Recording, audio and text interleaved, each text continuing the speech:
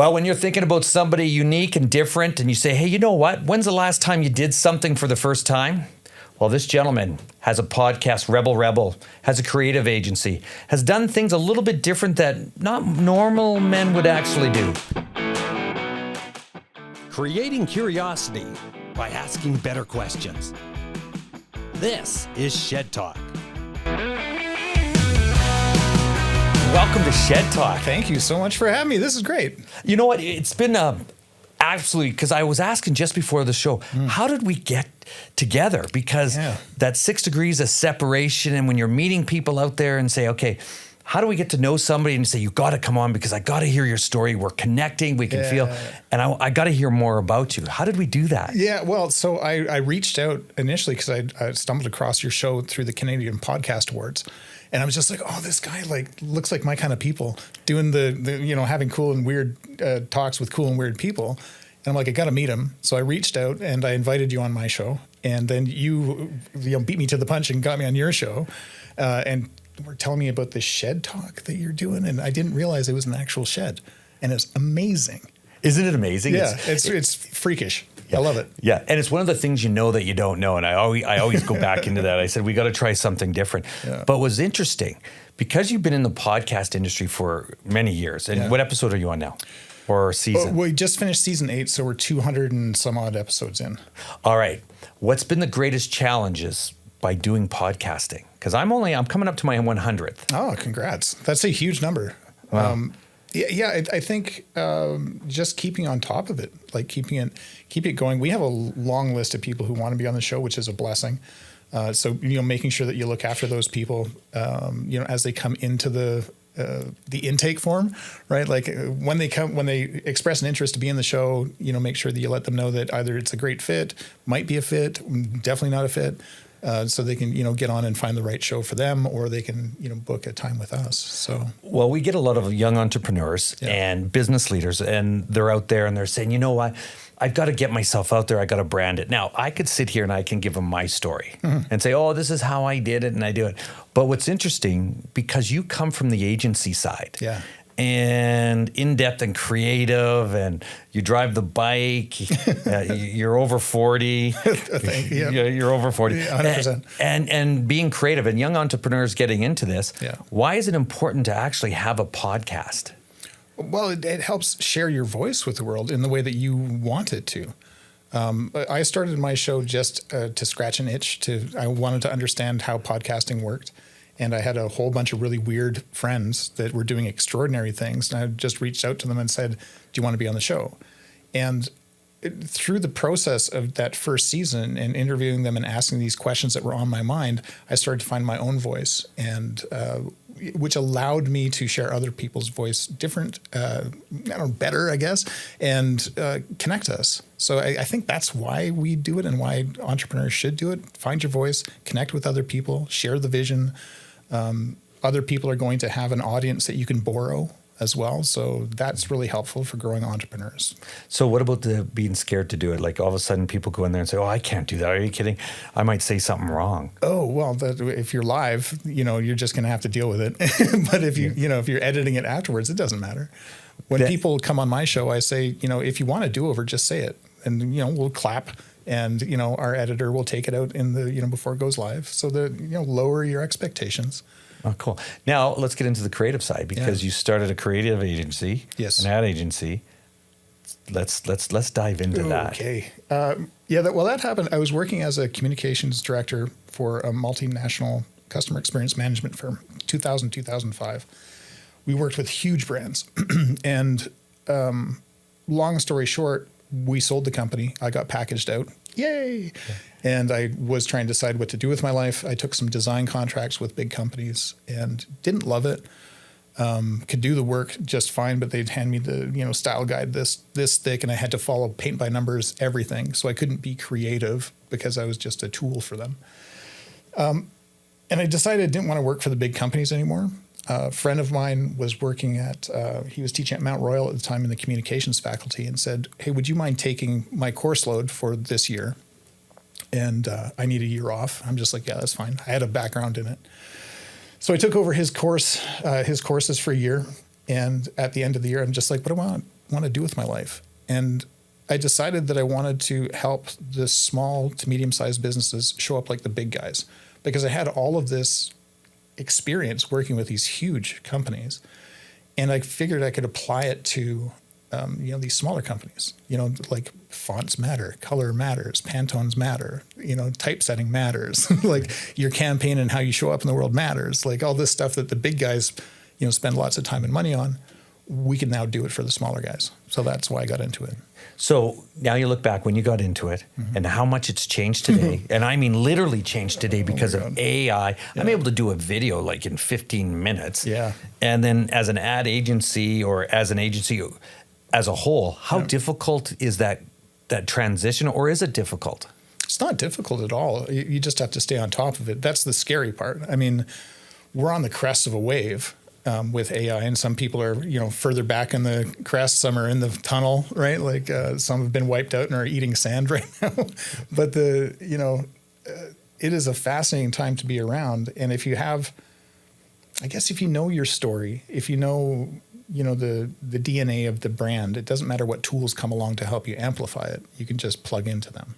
So when you talk to a lot of people, like, when I look at my businesses before, and like young entrepreneurs, they started off and doing this, and they said, technology is going to change. And back in the day, let's go back 5 years ago, or 5 years ago, you would never have a creative director. It'd be somebody creative. You got to do someone that just posts in social media.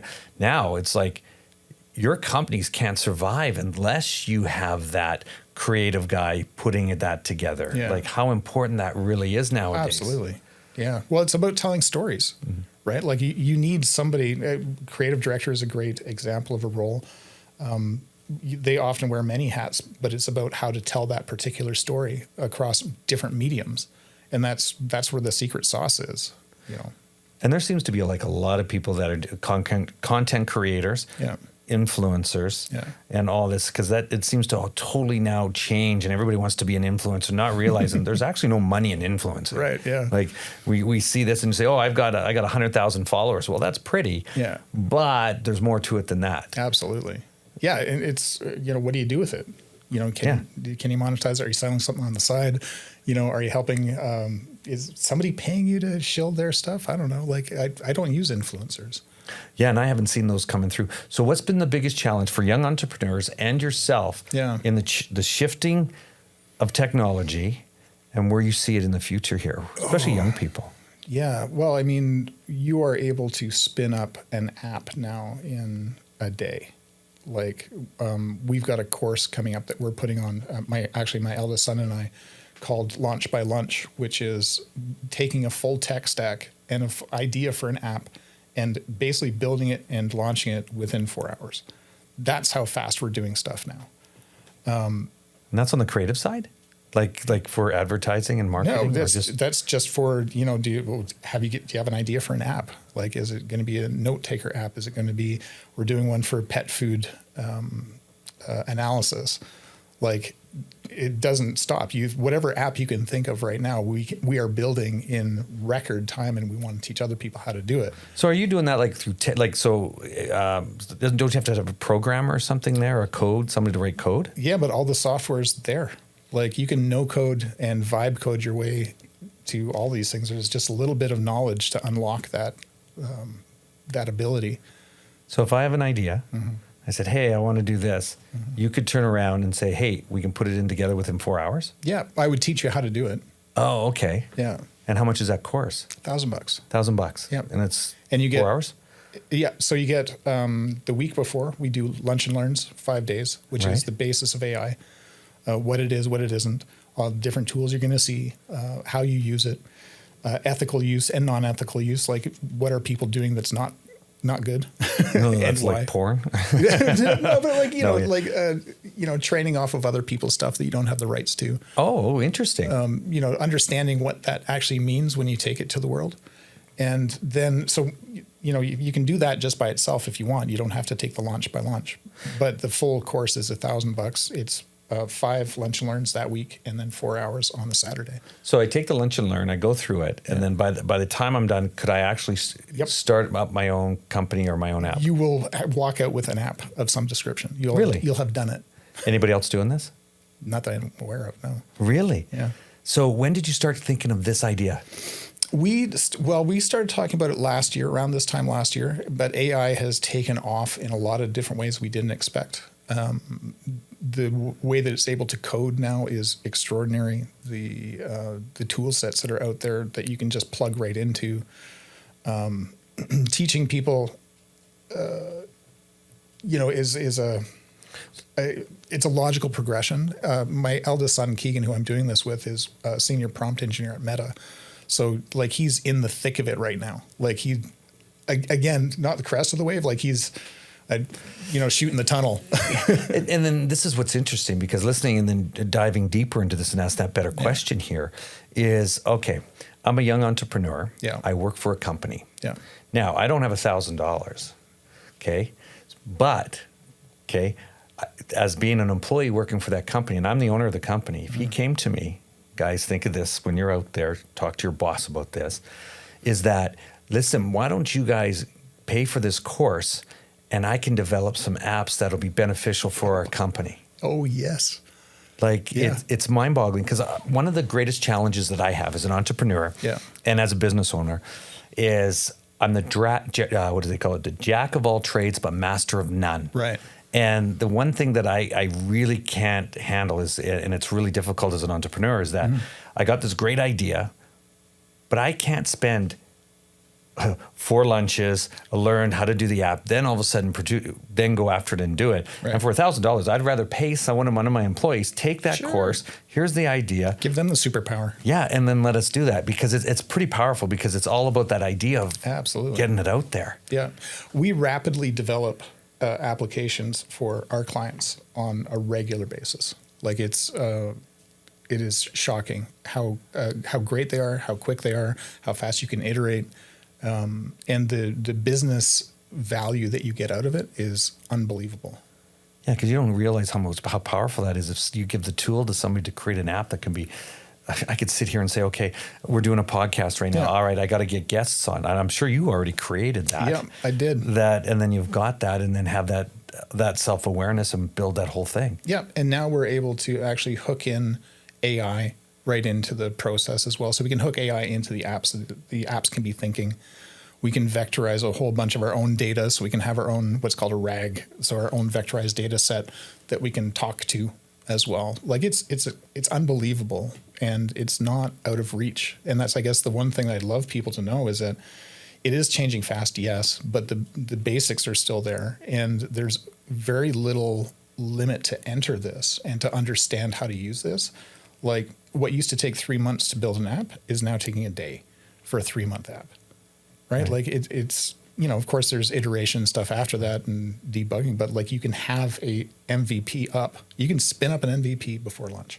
So how many have you built so far? Maybe 15. 20. Okay. It's not like hundreds. No. Okay. Now, you built all these apps. Now, here we go. Yeah. Brand of Jitsu. BrandJitsu, yes. All right. Tell me a little bit about it. Well, so for the last 20 years, I've been running this creative agency. And about 10 years ago, I was having lunch with a potential client. I'd just done a talk at ATB Entrepreneur Center. They took me out for coffee, and they want to work with me. And they're just like, well, we'd really like a logo. I'm like, cool. I love logos. Logos are great. And they're like, well, we want it to be a boat. I'm like, okay. I'm like, why? They're just like, oh, I don't know. I just like boats. I'm like, okay. I said, I might not be the right fit for you, but let me explain why, and let's see if we can work together. So I drew what I now call the world's cheesiest metaphor, which is an iceberg. Drew it on a napkin. This was at Higher Ground in Kensington. I'll remember it like it was yesterday. Okay. I've got my, you can find in my bag a Jiffy marker and something to write on, no matter where I go. Anyway, so I draw this iceberg, and I draw a little wave, put a little penguin on it. And I'm just like, this is the outward expression of your brand. That's what everybody sees, the tip of the iceberg, the stuff that's above the water. I said, you're asking me to build a logo. That's up there. I said, that's great. People need to see that. They need to identify with it. It needs to be a shorthand. And then, we're going to do marketing material after that, websites and all this other stuff. I said, but what's below the surface is what's most important. And that is, what's your values, purpose, and vision? Like that's down at the very bottom below the iceberg itself, the stuff that influences the direction of the iceberg. And up a layer, and I call it find, shape, and share your story. So find at the bottom, shape in the middle, share at the top above the surface. So in the find layer, that's the values, vision, and purpose. Then it's your brand DNA. What do you do? Why do you do it? Who do you do it for? Why do they care? If we can identify that right away, then your audience, the clients, will understand the circle of expectations, what you do for them. And they can be like, oh, okay, I want that. Now let me see if I like them. So then the next layer above that is your brand personality. How do you walk, talk, and act? Who do you attract? Who do you repel? And then above that is your customer or the hero of the story. Like you are, as a company, you're Yoda to their Luke Skywalker. They're busy trying to defeat the Empire. They're going to stop by, get some force from you, and go off on their merry way to defeat the Empire. That's how you have to have that relationship, right? You as your little Yoda and them as, the person that you're helping. And then above that is the stuff that you sell. Is it named appropriately? Is it price, position, blah, blah, blah, all that stuff. Then you burst through the surface like the majestic narwhal that you are, and you can then have a logo and all the rest of it. That's what this book is all about. So it's, 20 years of my life and what I take people through and companies through. I've done hundreds of these. Sharing the method that I created that helps you go from meh to memorable. Right. Yeah. And then all of a sudden you have the actual, what is this? The a limited edition challenge coin. A challenge coin. What's the challenge coin? Well, so this comes from a long time ago. I used to teach Japanese jiu-jitsu, and we had. You obviously liked it because you used it in your book. Yeah, I did. But it has nothing to do with martial arts so much. Yeah. Jitsu means technique in Japanese. Right. Brand story, if you will. Okay. So it's a story technique. Yeah. The challenge coin, I borrowed this from my first responders and military friends. Every unit typically has their own challenge coin. And the challenge coin is everybody puts it in their pocket. If you go out at, drinking or whatever, somebody slams their challenge coin on the bar, and everybody in the unit better slam their challenge coin on the bar. If they don't, they have to buy that round. If everybody does, then the person who challenged has to buy the round. And the idea is that it's to build unit integrity. So, and the reason why I built this, or I created this for this particular project and the podcast, is I just wanted to build a little bit of a unit with the people that I meet along the way, people that support the book, people that support the podcast, people that have me on their shows. Right. So yeah, I minted 100 of them, and I won't do another one just like this ever again. Very difficult? No. I just want, I'll do something different. Just something different. Yeah. Hey, take a minute and smash that subscribe button, and let's get back to the episode. So right now, what do you find that's your greatest challenge coming forward? Time. I have so many things I want to do and get done that's the problem. I'm working on another project called Paws, which is hilarious. It's cardboard forts for cats, which might sound like a really weird thing to do, but you have a bunch of cats obviously at home. I got two. We adopted 2 kittens. We rescued 2 kittens, and I saw how much they loved cardboard boxes, and I wanted our house to not be filled with cardboard boxes. I wanted it to be cooler than that. Yeah. So then I went and designed this whole interlocking modular cardboard box fort system for cats. And yeah, we're just, I'm doing I think the last press check tomorrow, and then we're in production. It's so stupid. Fortpaws.ca for Canadian cats who stand on guard. And they have to do they have a yoga or a big sweater on them as well to go flannel. in there? Flannel. Yeah, oh my gosh. Yeah. All right. So you do a lot of podcasts. So RebelRebel Podcast. Yeah. Okay.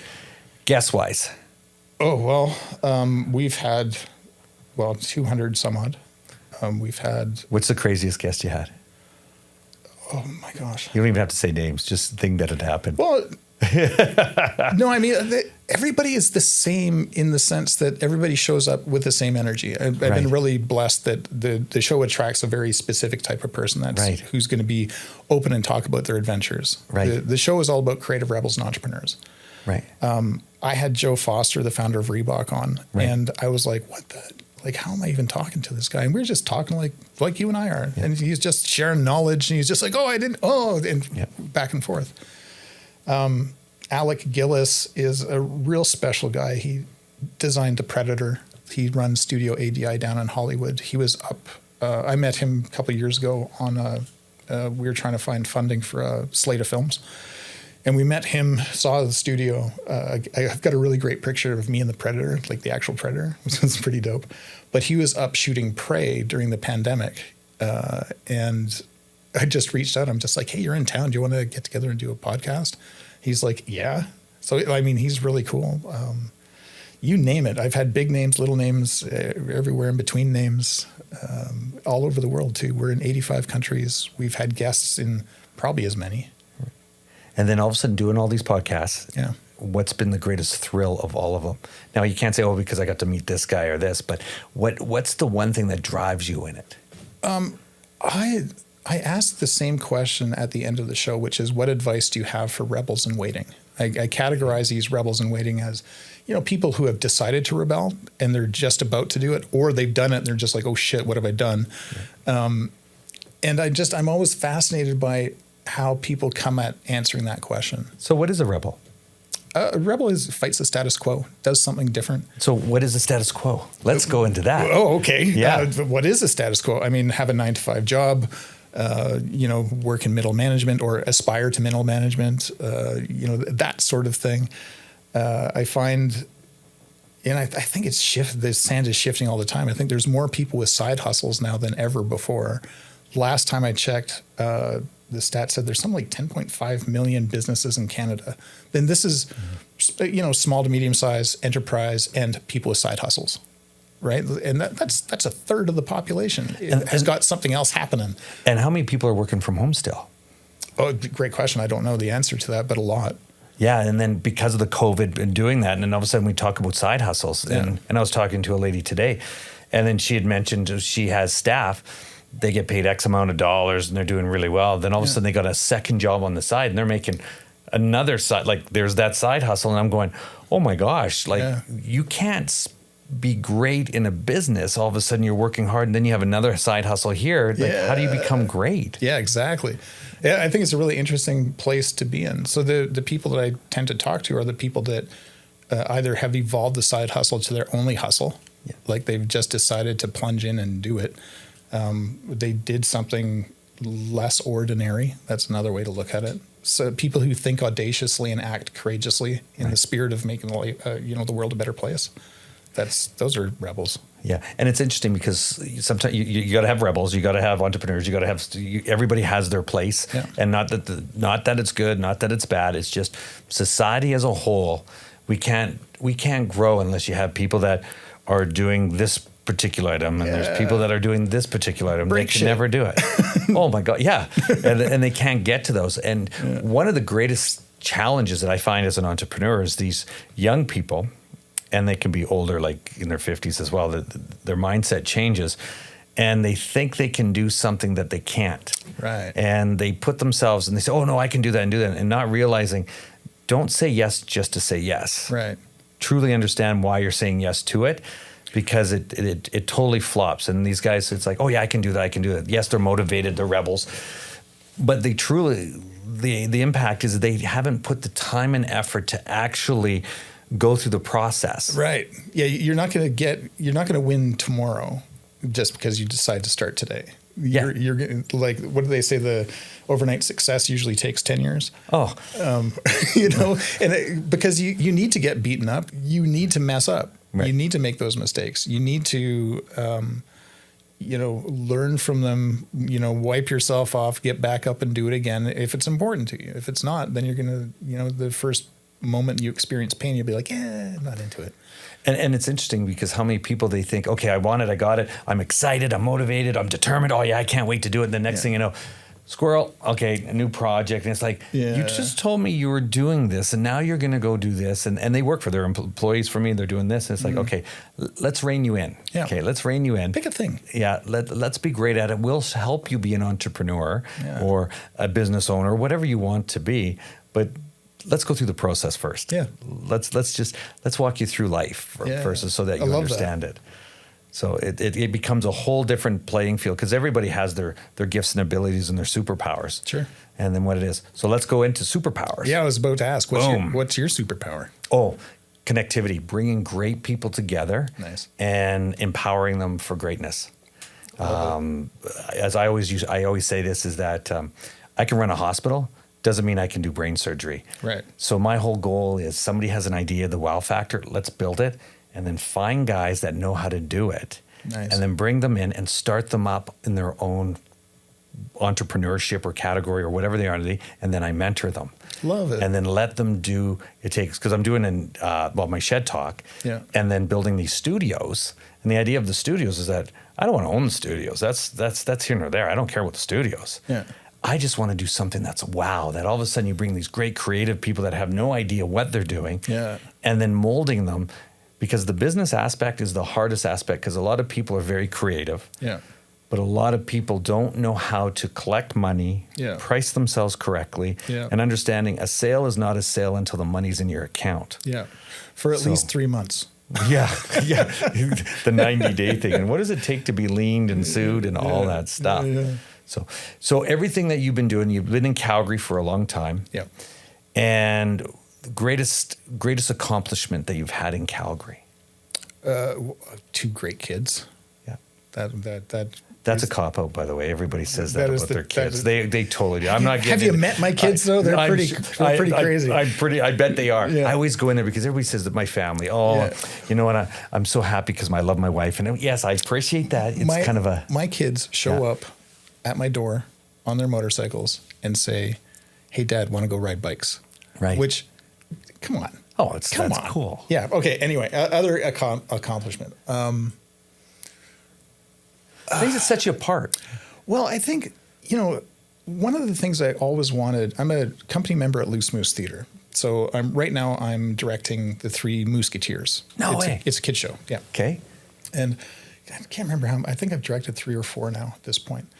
But every year I always wanted to be in the annual Christmas Carol show, which is the one for adults. We take Dickens and twist it.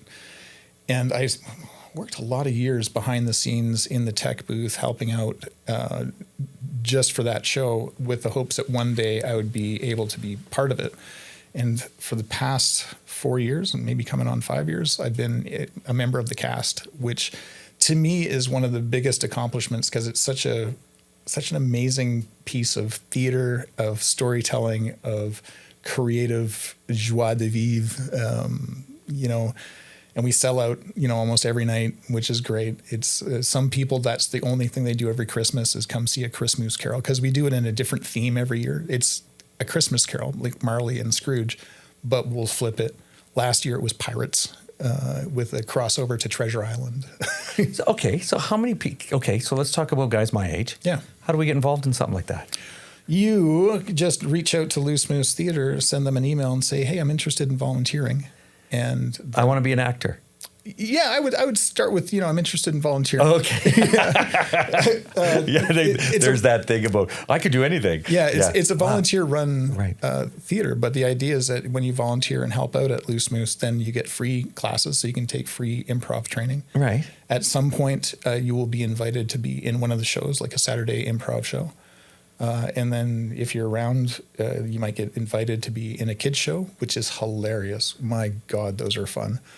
Because imagine a sold out 200 seat theater filled with kids and their parents, and they're yelling at the bad guy. They're, the characters are running through the audience, getting into trouble, and like it's a hoot. But you start by learning, and then you get opportunities.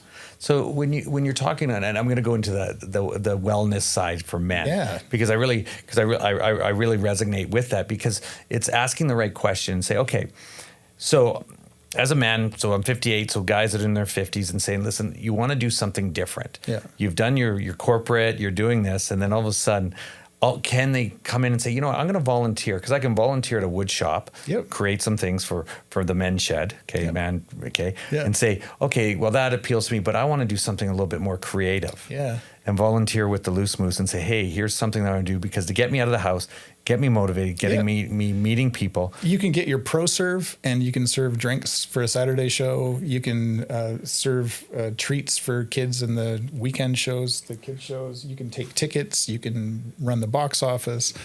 And I'll throw this out here too. Calgary has got a huge and thriving community theater scene. There's lots of like Morpheus Theater, Workshop Theater, all these theater companies that are always looking for people who just want to help out or be part of something different.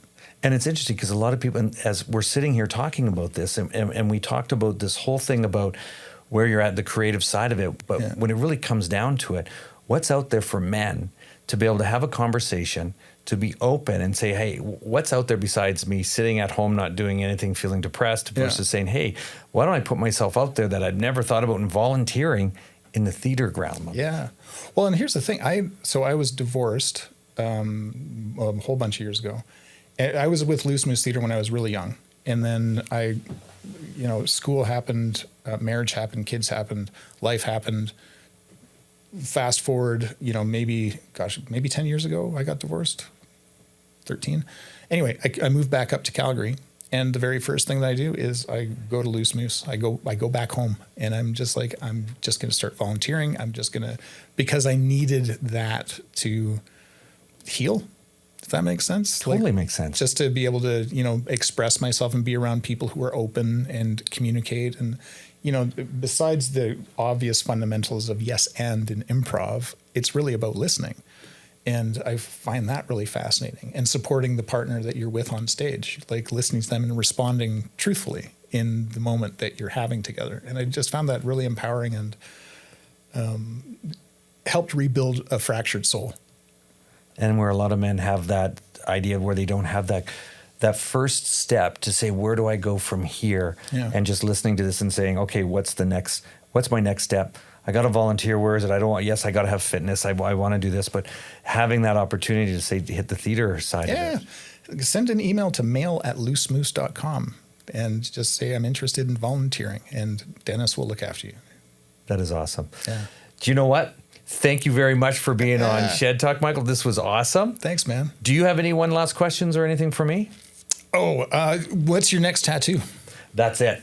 That's it? One and done. Really? One and done. I don't think I've ever met anybody that's one and done. And what I did with it, what happened was my daughter got a tattoo on her ankle. Yeah. I went in there and I said, okay, if you're going to get a tattoo, I'm going to get a tattoo. And the girl, I said, I'll research it.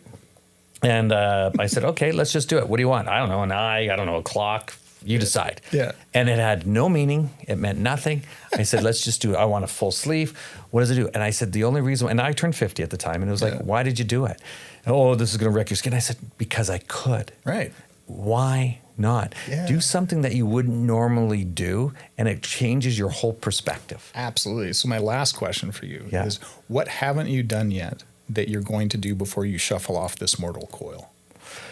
Well, I'm heading to the Philippines to do a talking tour. Nice. I'm competing in the World's Bodybuilding next year. Damn. And I'm competing in the Philippines. So I just finished my TED Talk. Yeah. So I'm men's mental health over 50. So working there. Awesome. And then the whole thing is to have that whole speaking tour and my book writing done. Yeah. So everything's all ready to launch, and then talk about men's mental health over 50, because I'm living it, breathing it, loving it, meaning it needs to be programmed out there, because nobody's talking about it. Hell yeah. Yeah, and get it. So that's my whole mantra. Oh, and build my studio. Yeah. I want the studio done. It. I want to do the studio. This has been amazing. Thanks so much for having me on the show. Thank you very much. Enjoy. And thank you guys for joining on Shed Talk. You know what? Slam that thing, like, share. You know the drill. Just make it happen. See you later. Bye-bye. Now you know. Shed Talk.